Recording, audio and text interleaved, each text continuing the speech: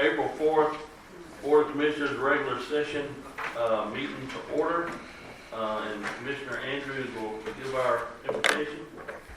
Let us pray. Dear Heavenly Father, we thank you for your many blessings. We thank you for this beautiful county in which we live. We pray that tonight you would give us wisdom to make good decisions, that we would lean not to our own understanding, but that we would in all things depend on you. We pray that you would take care of all of our first responders and those who work for the county, Lord, that you would protect them and help them to do their jobs, Lord, with the greatest efficiency and effectiveness. We pray all this in Jesus' name. Amen. Y'all join me in the pledge of allegiance to the flag of our country. I pledge allegiance to the flag of the United States of America and to the republic for which it stands, one nation, under God, indivisible, with liberty and justice for all.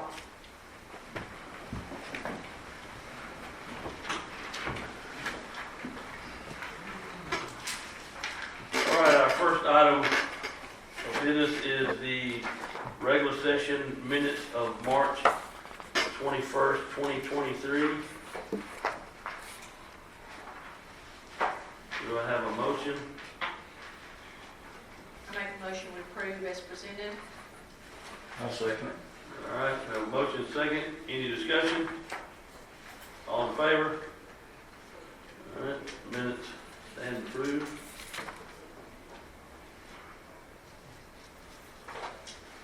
All right, our next item of business is the defined benefit plan amendment to remove or increase the pre-retirement death benefit cap.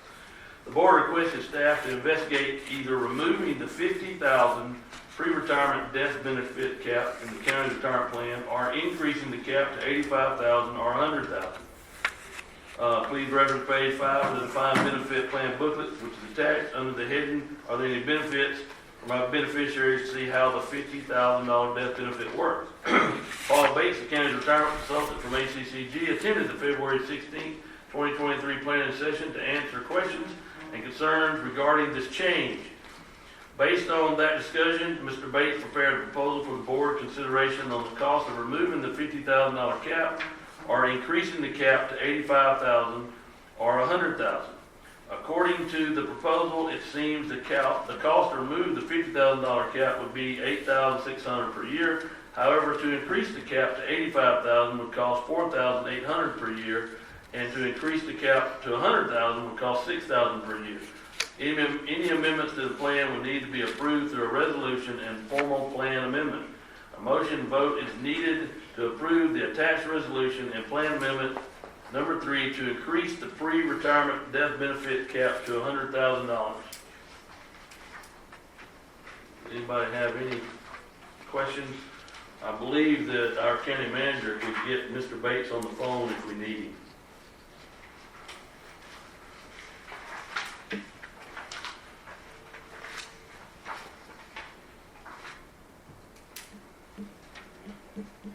I have one question or comment, I guess, Randy. When was this cap set? Do you remember? We went back as far as 1984, and that $50,000 pre-retirement death benefit was in there at that time. Okay, And that's as far as we can go back to 1984. so it's It's never been changed since I was a kid. and you estimated today's dollars, that would amount would equal. I ran it through a net present value calculator from the website, and $50,000 in 1984 is worth about $145,000 in today's dollars. So we've clearly, in my opinion, clearly fallen behind in that benefit. I think so. Are you saying today's dollars based on your calculation or today's dollars based on the federal government's calculation? Because they might be a little suspect. The internet's calculation, and the internet is never wrong. I ran through several net present value calculators, it all came up the same. So $50,000 in 1984 is worth about $145,000 in today's dollars given inflation throughout all those years. Which seems, I would which seems accurate from my perspective. But needless to say, we haven't changed this benefit for many, many decades. And we're not keeping up with inflation and anything else. So I think this is a good step forward. And right now, with the $50,000 cap, we're paying, what, roughly $2,000 a year, give or take? Because I see where it said we went up to $4,800 for $85,000, $8,600 for no cap, and $6,000 for $100,000.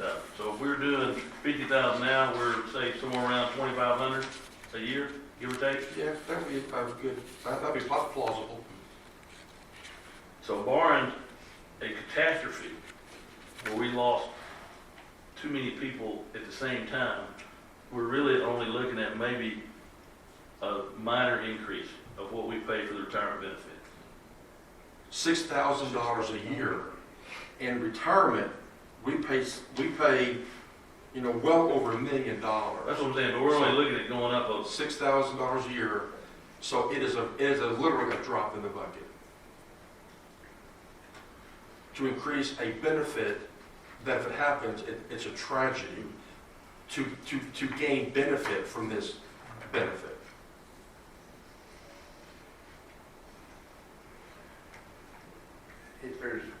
I'd like to make a motion at this time.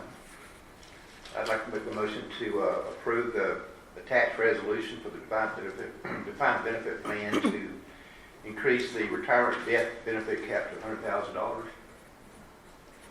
right, we have a motion, do we have a second? I'll second that. All right, we have a motion and a second, do we have any discussion? And- When will the effective date be? Well, and to actually approve the resolution and the plan amendment document as well, if you could. And to approve the plan amendment document And the resolution and the resolution. And the date. and the effective date. Effective date is January. I would say do the effective date July 1, that's the physical year. Yeah. If we're in the discussion part. Greg, you made the motion, so was that? That's what I'm saying. No, I'm saying we're in the discussion part of the day. Oh, I would okay. say Okay. July 1, that's the beginning of the physical year.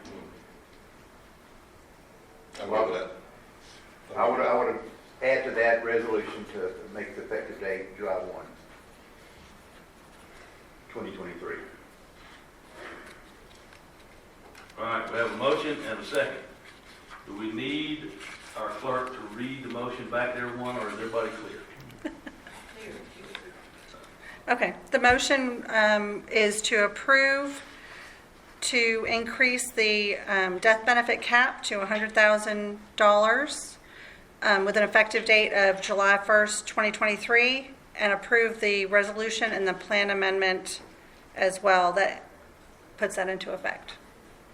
All right, that's the motion. We have a second. Any more discussion? All in favor? All opposed? All right. Number 2, defined benefit plan is approved. All right, we get to item number 3. The defined benefit retirement plan to amend section 10.07, reemployment of retired participants.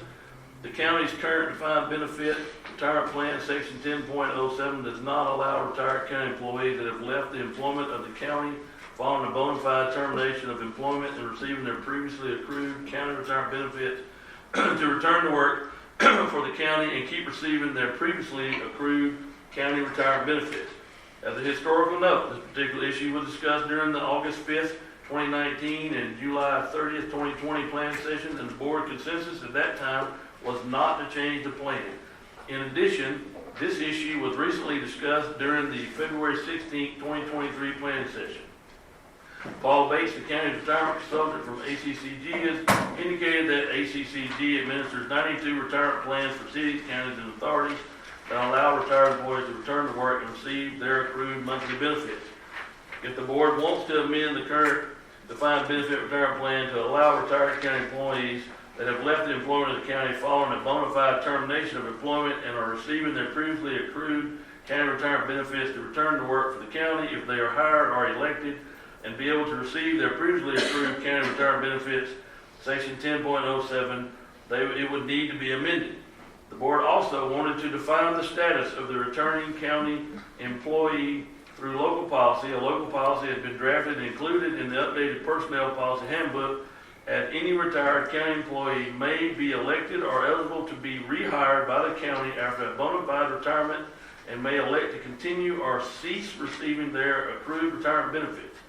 If this occurs, the rehired employee must have left the county's employment for at least 6 months, return to a separate county department than previously served, beginning at the starting rate of pay for the new position, and start accruing benefits as a new employee.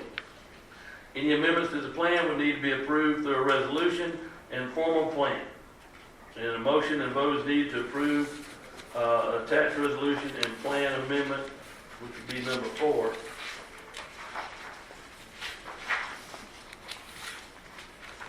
And I would like to make the motion that we approve this resolution along with the caveats of their have left the county employment for at least 6 months, and they come back to a separate county department, and that they are still able to continue their retirement, but they start off new at the beginning, or if they choose to cut their retirement off, then they could put into the new one. And then I would also put that that would be in effect on July 1st of 2023. I think, I know, but I think we need to go, if we're gonna do the other one at July 1st, I think we need to do this on July 1st, that way we stay consistent with both of them. So one question that I have, though, I understand the reason why we're talking about 6 months coming back, but what I want to clarify is, there's a lot of issues out there, we're just trying to get employment, trying to get people into work. When we say that, somebody has to come back to a separate department than previously served, there's a lot of tribal knowledge there, somebody's going to retire. If they're coming back, even if they, start back at the same department at the beginning rate of pay for regardless what the position is, what was the benefit to have them come to a different department with a separate tribal knowledge, with no tribal knowledge whatsoever to that department? I just want to clarify on that. The reason why I say that I think that needs to change is because if we can get somebody back, or if somebody does want to come back, if we approve this, get them back with that tribal knowledge, there's a lot of gaps there that they can fill, even at the starting rate of pay. That's just my opinion on that. I just wanted to get clarification on that. Well, the reason we brought it up that way is because no one has been wanting to come back. And the ones that have wanted to come back have wanted to come back part-time as a filler, like maybe at a different department, like going to the community center as a greeter. So we really hadn't anybody retire and come back to the same department to do that. And we, when we had this before with the magistrate, he was a retired judge, gonna come back and do that. So, you're talking about somebody retiring and coming back, well, then that would mean anybody could retire and come back to the same job, and I don't think that it's what you'd wanna do. Well, after 6 months, I would hope that we have somebody already filled the position that they already vacated. That's 6 months. Especially if they're at a higher rate of, let's just say they're at a management position, they're at a supervisor position, whatever, or even a director position. I mean, if somebody comes back, you've got 6 months of rotation there to be able to fill that spot. What I'm trying to get at is, I don't want to discourage that tribal knowledge, that little bit of experience from coming back, even starting at ground level. Even if they wanted to do that, come in at ground level, I don't want to discourage that just because, like we talked about this, there's even in the engineering side of it, there's a lot of folks that, we can't get to come in, to work for, back into certain positions, and to lose that knowledge base or to lose that experience just because, I guess, we're trying to shuffle into another position. I understand the concern, but the main concern that I have is if we can't find somebody that's at a high enough quality to be able to fill some of these other positions, they get entry level, that's going to discourage some people walking out the door and not coming back that, probably would have. We're not trying to shuffle them anywhere, but if you don't put something like that in there, then you're going to encourage everybody that could retire to go ahead and retire and then come back to the same position. And then we'd be in a situation as to whether or not it was a bona fide retirement or not. And that may put us in That's why we gave the 6 month timeline. I think if we had more than one person do that, I think it would look not on the level at all. That's why I just wanted to vet that out before we. What about the scenario where a department head retires and then they come back, you know, quote unquote, at the entry level position? Would that be, that, you know, they come back as retirement head at the beginning salary of a department head? If that's the case, then I have a problem with that. Only if they come back to the exact immediate position in that field. That just sort of starts to smack of double dipping. Oh, yeah. I don't know. I mean, if that's the way. The way I interpret it is along the lines of truly an entry-level position, almost to a part-time position or something. A lot of people, they're retired for 6 months and they're bored, they want to come back and do something. Right.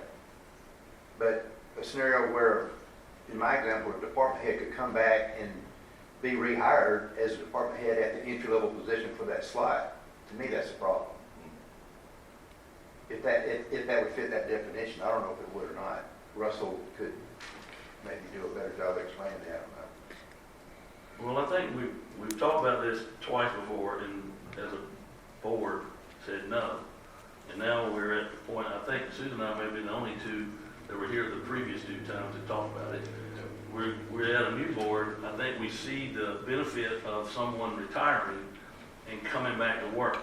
The school system for the state of Georgia has done that where teachers come back, but they come back kind of in a different position 49%. with them at 49%. So a lot of people are going to that. So I think that's where we are with this. But I kind of like with Greg, if you retire and come back as a department head, even though you start at back base pay, even though we're gaining the knowledge, I don't think that was right. But I would hope if somebody retired and say they came back as the greeter at the community center and the department head that took over them would have no problem contacting them whether they work or not to get information, or, you know. Yeah, I just want us to vet that just one more Yeah. time, just make sure we're clear on it. Yeah. And you made a motion to approve it effective 7/1. Did you want to also include to approve the resolution and the plan amendment as well? Yes, Okay. I thought I said that, but I may not have. I have a question for Randy. Have we had anyone to retire and then brought them back as a contract worker rather than an employee? In the 6.5 years I've been here, I would say no. That situation has never come up for discussion. That would be a possibility. At some point, I would think that if you had a department head who retired, and then we couldn't fill that position, that until we could fill it, we perhaps could contract with them. They wouldn't be an employee, but they could come back and fill that knowledge gap and that position until we could find someone. I think that's a possibility. On a temporary basis. Yeah, that we might explore. My problem with this is if somebody is going to retire and return to that same department and that same job, that might encourage more retirements and people coming back, but it might encourage them never to leave. And they, you know, I've told my husband, when I turn 70, you make me come home. I don't care how much fun I'm having. But, you know, retirement is a grand thing. It's a wonderful thing. And sometimes people don't know when it's time. And so, Retirement is retirement. that's right. I don't think it should be made easy to come back. come back. Yeah. I mean, I retired and went back to work. I understand, but I'm in a different role. I don't know. I still have some questions and some reservations about it, but I know we had talked about this going back to January 1, and I don't know how many people that would affect, but I don't have a problem with it going back to January 1 as a beginning date. Well, we have a motion on the All floor. right, so I'll or you can restate the motion if you would like, since we discussed it. The current motion that you gave was to approve the plan amendment with an effective date of 7/1/23, to include the local policy that they would need to come back to a different department and at the starting rate of pay for that position. And you also agreed to approve the resolution and the plan amendment that would approve that as well, all effective 7/1 of 2023. All right, so that's the motion, so we would need a second.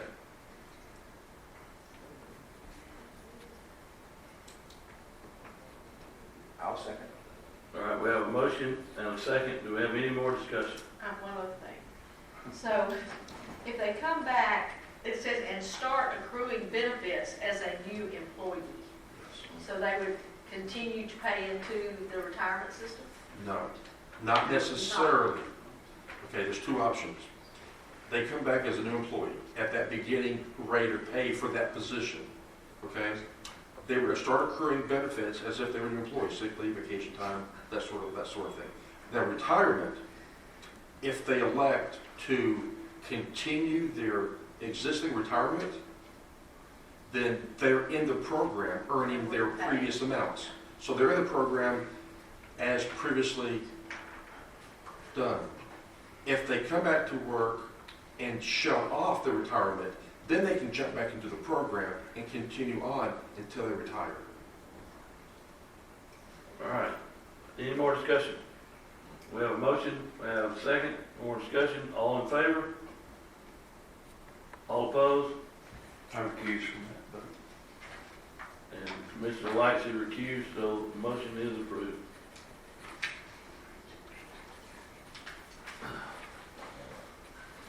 All right, next. We got about 9 minutes before we get a public hearing. Just let everybody know. All right, next item of business is the City of Manchester has a current inmate work agreement which provides 6 inmates and 1 full-time correctional officer to the City of Manchester for an inmate work detail. City of Manchester advised Warden Cynthia Nelson that they would like 2 additional inmates to work at their recreation center. Attorney Russell Britt has updated the current agreement to reflect what the City of Manchester has requested.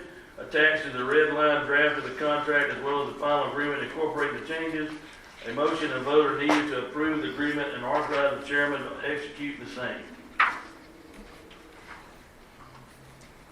And I know Warden Nelson is here if anybody has any questions. I make a motion that we approve this agreement and authorize the chairman to execute it. And I'll second that. All right, we have a motion and a second. Any discussion? you got any input?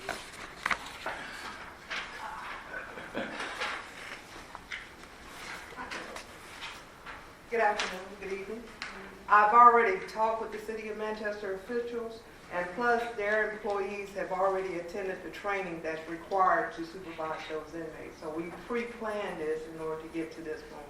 So everything's in order. Okay. All right, thank you. All right, we have a motion and a second. All in favor? All right, motion carries. Item number 5 is the appointment to the Harris County Board of Health. Shirley Manning and Julie Brown's position on the Harris County Board of Health expired on 12/31/2022. Both Shirley Manning and Julie Brown wish to continue to serve on the Harris County Board of Health. Julie Brown's position is appointed by the Board of Commissioners, and Shirley Manning's position is appointed by the governing authority of the largest municipality, which would be Pine Mountain. Mayor Keith Pendergrass of Pine Mountain has advised that they wish to reappoint Shirley Manning. The term of the appointment would be from 1/1/2023 to 12/31/2028. The motion and vote are needed for the reappointment. And I'll make the motion that we reappoint Ms. Shirley Manning and Ms. Julie Brown to the Harris County Board of Health for their term of appointment from 1/1/23 to 12/31/28. And I'll second that. All right, we have a motion and a second. Any discussion? The only discussion I have is that I believe we have to have a commissioner that's on this board. And I believe right now it's me. Well, it's not a commissioner, it's actually your position Okay, as so we- chairman or your appointee. All right. Yes, I sir. was just checking to make sure. All right. All in favor? All right. Motion is approved. get down to, I believe it's item number 6. And we roughly have 5 minutes. I can do it for. Okay, the personnel policy handbook update. Staff has been updating the employee personnel policy handbook for several months. The board reviewed drafts of the handbook last November and December. Staff reviewed it in December and February. The handbook revisions have also been reviewed by the county attorney for legalities. A lot of changes were added based on that legal review. The final draft of the handbook was distributed to the board on March the 16th, to staff on March the 29th in its final form. This draft handbook is on the agenda tonight for consideration. If approved, staff and employees will have training on the handbook before it is implemented. So I'm looking for a motion and vote to approve the updated personnel policy handbook with an effective date of May 1st of this year.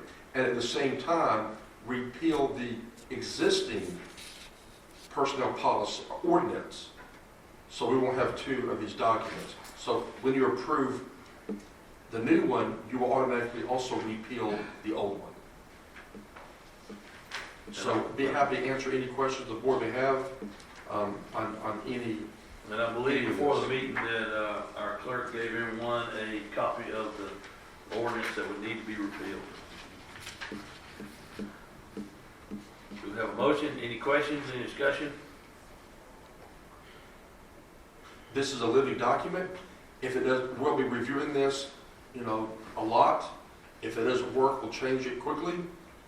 And so it's a living document. It can be changed, amended, altered. I make a motion that we repeal the existing personnel policy handbook and update and approve the new personnel policy handbook dated for May 1st, 2023. I'll second that. All right, we have a motion and a second. Do we have any more discussion? And with the repealing the policy handbook, you're also the ordinance? Yep. All right. All in favor? All opposed? Motion carries.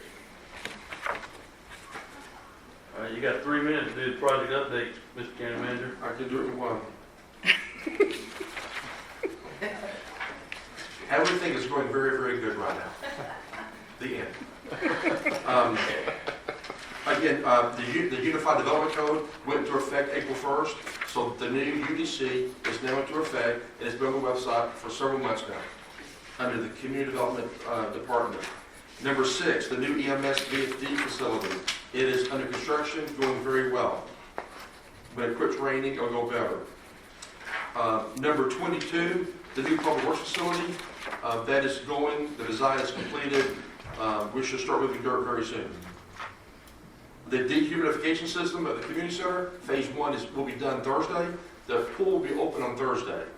We're battling algae problems, and we're heating the pool to a comfortable level. We should be open the pool on Thursday. Never fill a pool using a fire truck. Okay? Algae. Algae is a bad thing. Okay.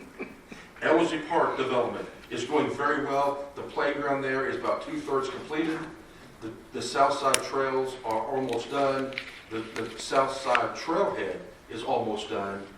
The observation tower will be bid out this month, so that project is going very well. I was there Sunday with my family. It was really, really crowded, which we'd like to see that. So Ellerslie Park is going very, very well in developing. Phase 6 of the Meadowwood Trail is probably 2/3 completed.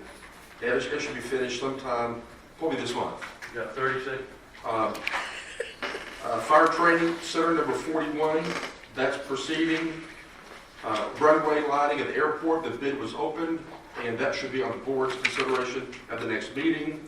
Annual open house at the airport, May 20th, great event. Our flyers on the website for more details. Waterworks administration, going very well. We should be finished in June and occupy that probably late June, July. Phase 1 of the courthouse is going quite well. It will be finished in June. Hotel motel tax, 5% to 8%. It's been approved by the House and the Senate, waiting for governor's signature. The net will go to 8% effective probably upon his signature. Personnel policies were approved without any questions, which is unbelievable. But thank you. Tire Amnesty Day, number 73, on June the 10th and June 17th. People can give their tires for free. That's it. I would like to, it's for all of y'all that know, we have a public hearing at 7 o'clock, so we have to get right there to it. Doing us well there. So I wanted to, I'm calling the public hearing to order. The rules of the public hearing is that we have the reading of the application, the presentation by the applicant or his or her representative, comments by the individuals in favor of the application, comments by individuals in opposition to the application, a summary rebuttal and or final comments by applicant or his or her representation, closing of the public hearing, and then action will be taken. I need all commissioners to sign your non-disclosure form. Pass them down.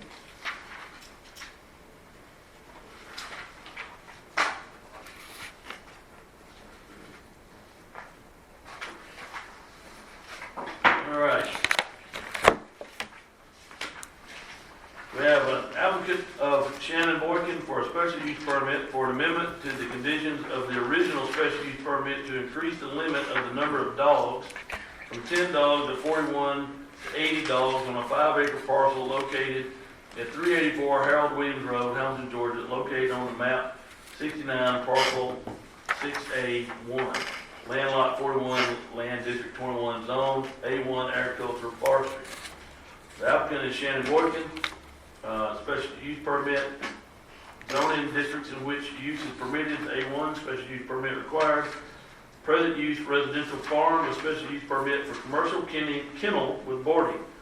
Proposed use to amend conditions of original special use permit, which was limit of 10 dogs to 41 to 80 dogs. The Planning Commission recommendation was approval with the following conditions. The applicant shall maintain the existing wooden buffer on all sides of the facility site, and the number of dogs kept in the kennel at any time shall not exceed 40 dogs. Staff recommendations, approval with the following conditions. The applicant shall maintain the existing wooden buffer on all sides of the facility site. The number of dogs kept in the kennel at any time shall not exceed 20 dogs due to the overall size of the existing kennel's facility and the number of existing stalls, which are 20 per section 5-77A3. If the applicant wishes to expand the commercial kennel's capacity beyond the recommended allowable number of 20 dogs, then the capacity can increase along with the number of construction stalls at a rate of 1 dog per stall, not to exceed 40 dogs. A motion and a vote will be needed after the public hearing. And I know we have the Boykins here if they'd like to come up and speak. Okay, so a couple things that,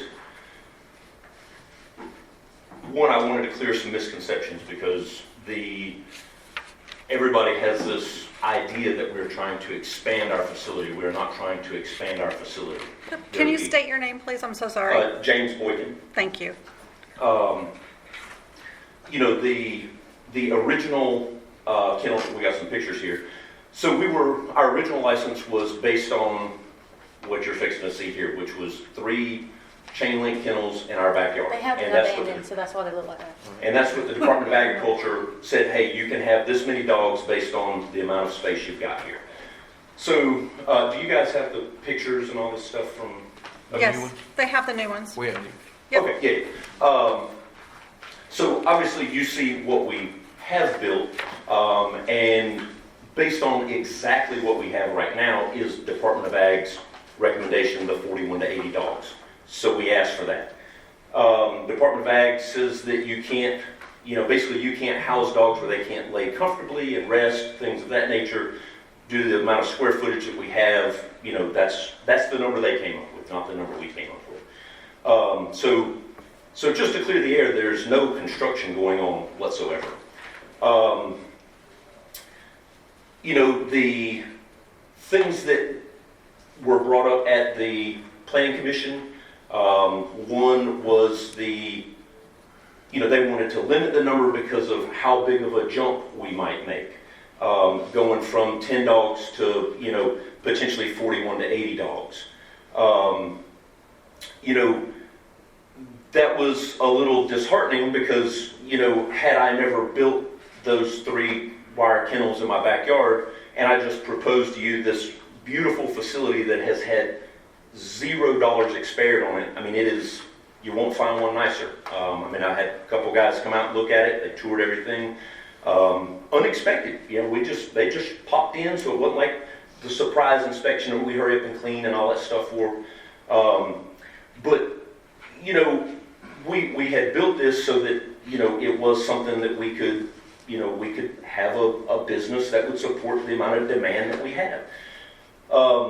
People get scared of that 80 number, and probably the best analogy would be if the little cantina restaurant right here on the square said, well, you know what, we've got an occupancy of 30 people or 40, I don't know what it is, whatever it is, and then they bought the block over here and, renovated that to look like something like El Vaquero would have, and you say, well, we'll bump you to 60, we understand you spent, piles of money, but so I don't think it's really fair that, that the number just be limited based on what our old number was. Other things that, let's see, what else do we want to address? They also came up with the land being rezoned or resurveyed. It's family-owned land. Yeah, Harassing. the 5 acres we're on, we own the 12 acres behind it. I own 1 acre beside it. My dad owns, 90-something acres around it, which will be mine one day. I am a sole heir. My grandparents moved to that property in 1970. I've literally lived on that dirt road since I was 8 years old. I'm 45 now. I'm pretty settled in. I don't think I'm going anywhere. And we have a single heir. Yeah, we have 4 generations live on that property. From my daughter to my grandmother, as well as my dad.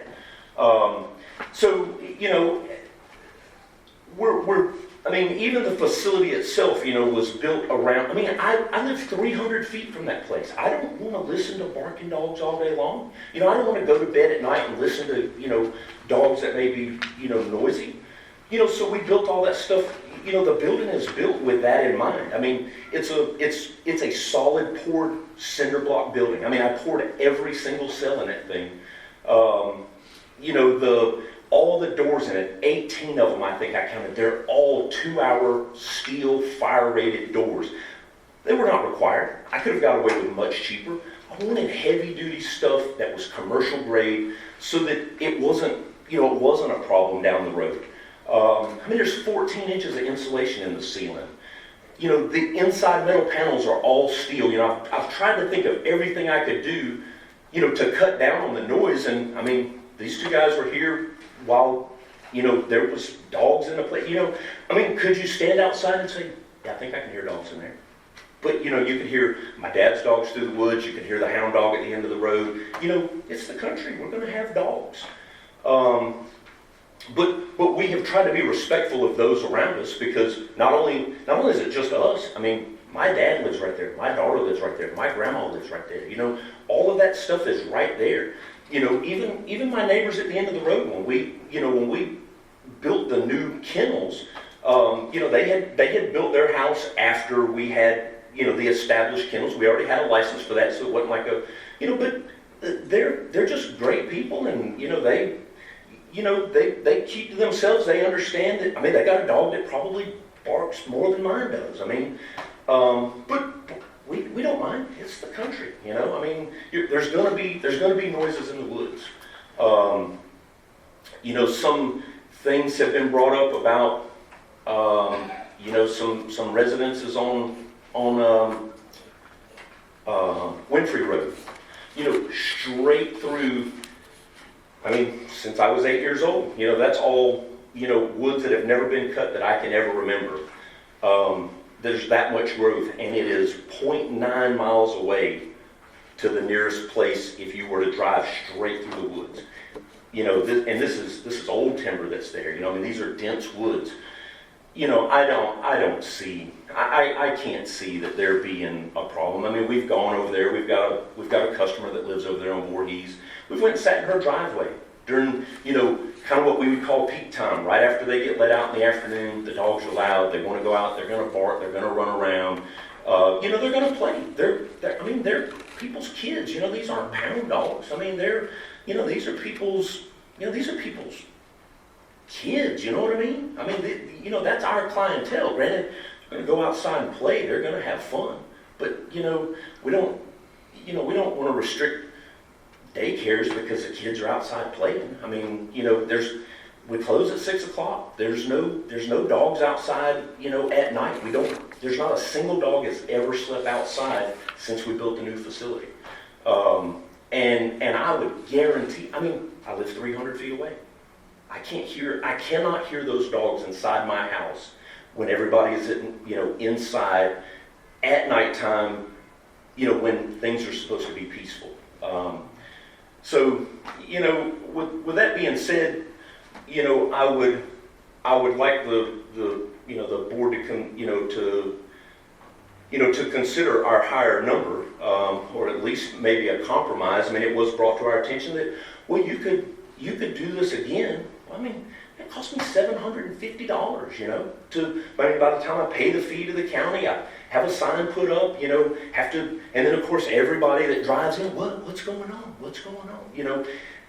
We're not trying to disrupt business. We're just trying to, be in our little piece of the country and, do everything we can to be respectful to our neighbors. The Aikmans next door, they got cows. It's fixing to be, separation time here in the spring, and they're going to be noisy. I live next door to a cow farm. It happens. I don't get mad about it.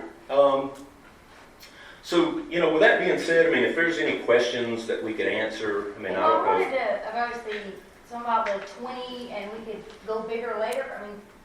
Biggest kennel on my thing is 7 by 7, which medium-sized dogs could fit 4 or 5. So I keep 3 Great Danes in that kennel. Look, Karen, I have a client that has 3 Great Danes. You've got a lot of clients that have more than 1 dog, and they don't want them separated. So all my kennels are designed to hold at least 2 big ones and way more little ones. So if I have 2 big ones, that's fine. I can have 3 or 4 little ones in that same kennel. If it's Chihuahuas, I can have 6 in there, which we never have 6 Chihuahuas. But the 80 is based off of that, based off of the fact that it's a perfect storm. Basically meaning that if you go to a restaurant, Ever Carriage, you look at the sign, you say, this restaurant hosts 42 people. Okay? Is that in there? No, because there's tables with 4, and there's only 2 on it. Or a single person takes a booth of 4. So what you're asking is that if I sat there and turned away everybody until I got this perfect number, yes, I could put 80 in there. It's not going to happen because I've got lots of single parents that have 1 dog. I've got lots of people who have 2 dogs. So, but that's what the state bases that on.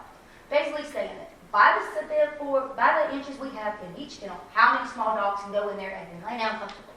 And that's just why they give you that number, just like your office feet at a restaurant. It's never going to happen, but every restaurant has a capacity that's way higher than what they'll get.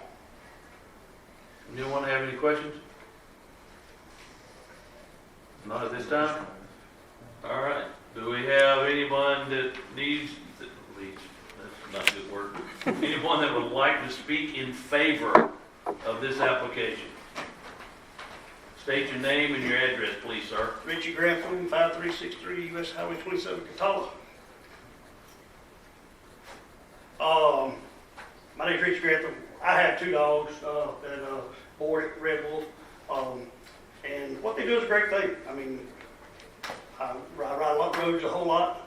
tired of seeing dogs out in the middle of the road get run over because they get locked up in a chain link fence every day. You know, our kids are grown, but our 2 kids go to daycare every day. But they're both stray, not stray, rescues. One of them was bred for a fighting dog. And since they went through their training and everything for them, you know, the most loving dog in the world. For us, they do a great thing. So that's kind of from a customer standpoint. But from another standpoint of it, I mean, this is a Harris County Board and Bred, fat couple, Harris County Board and Bred business. This gives the county an opportunity to stick behind a small business growing for the county that can actually flourish without some big corporate thing coming in here trying to take over. Thank you. Is there anyone else that would like to speak in favor? All right, seeing none, is there anyone that would like to speak in opposition to this application? Seeing none, does there, anybody have any questions of our applicant? I can tell you, I'd just like to make a comment about it, because I did make a surprise visit, like Sunday evening, and it wasn't a surprise visit to be a surprise visit, I just wanted to see what it was all about, and I can honestly tell you, and I'm not just saying that because they're here, but that's the nicest kennel facility I've seen. And I have a friend that has one, and I spoke with him this morning, and he was talking the same thing. He said he turned away 30 boards this past weekend. He said we need more kennels in the county. And he explained the same thing that Ms. Boykin said, that there's a lot of cases where people do have more than one dog. That's why those numbers would be a little higher. Because if they brought, some people might have 3 dogs in their family, and those 3 would take up the space in that kennel. So I'm 100% in agreement with it. I was just really blown away when I toured the place, because it was really a very nice facility. All right, anyone have any other discussion? Any more comments? If not, I'll go ahead. My only comment would be to, I think the proposal would be for $41 to $80. I just want to confirm that would be, that's what we would be voting on. Well, yes, that's what they asked for. Whatever you decide. Yeah. All right, any other comments? If not, I will close the public hearing. All right, we're now back in regular session. We will need a motion and a vote for the application of the Boykins for the special use permit for the kennels. I'll make the motion to approve the Boykins special use permit on A1 for the at $41 to $80, which they're also licensed by the state. I'll say. All right, got a motion and second. Commissioner Andrews. I got them both. Well, I know. They both said it at the same time, so I'll put them both down. All right, It's all we have a good. motion and a second. Do we have any other discussion? All in favor? Motion is approved. Thank you. Thank you. All right, I believe our next order of business is the county attorney, and if he's on the phone and has nothing, then we would need a motion to adjourn. Mr. Chairman, I'd Oh, like to make a comment. You know, the tornadoes came through here March the 27th. It was a really bad time for neighbors to the north, okay? Harris County was spared pretty much. But I'd like to thank all the public safety workers for going out in the storm and continuing their work when all the other office top employees went home for the day. Troup County requested assistance from us in the public works arena, so we sent them various equipment on Monday the 27th, or soon thereafter at their request. Sam Roaring, Ricky Culpepper, Robert Santalese, Dylan Searcy, James Lee, Hunter Grantham, Cody Brown, all went up to Troup County with equipment, manpower, chainsaws to help Troup County, and they were great. They were great. They were grateful for that. So a shout out for all the public works folks, 911, Sheriff's Office, EMS, and all the public safety workers of Harris County. I probably forgot some. It was unintentional, but thank them for working during the storm. And I will say that I rode around in it during the storm and took pictures of a lot of the bridges and stuff that were overflowing, and we're sending them back so that Public Works and everybody can keep an eye on it. And I saw a lot of our 911 and our deputies out there. So our county, even though it was to the north of us, really came together to help. We're all neighbors regardless of what county you're in. So I echo that, say thanks to everyone that was able to help in any way. If there is no other business, do we have a motion to adjourn? I make a motion to adjourn. Do we have a second? I'll second. All in favor? All those favors, yes. All right.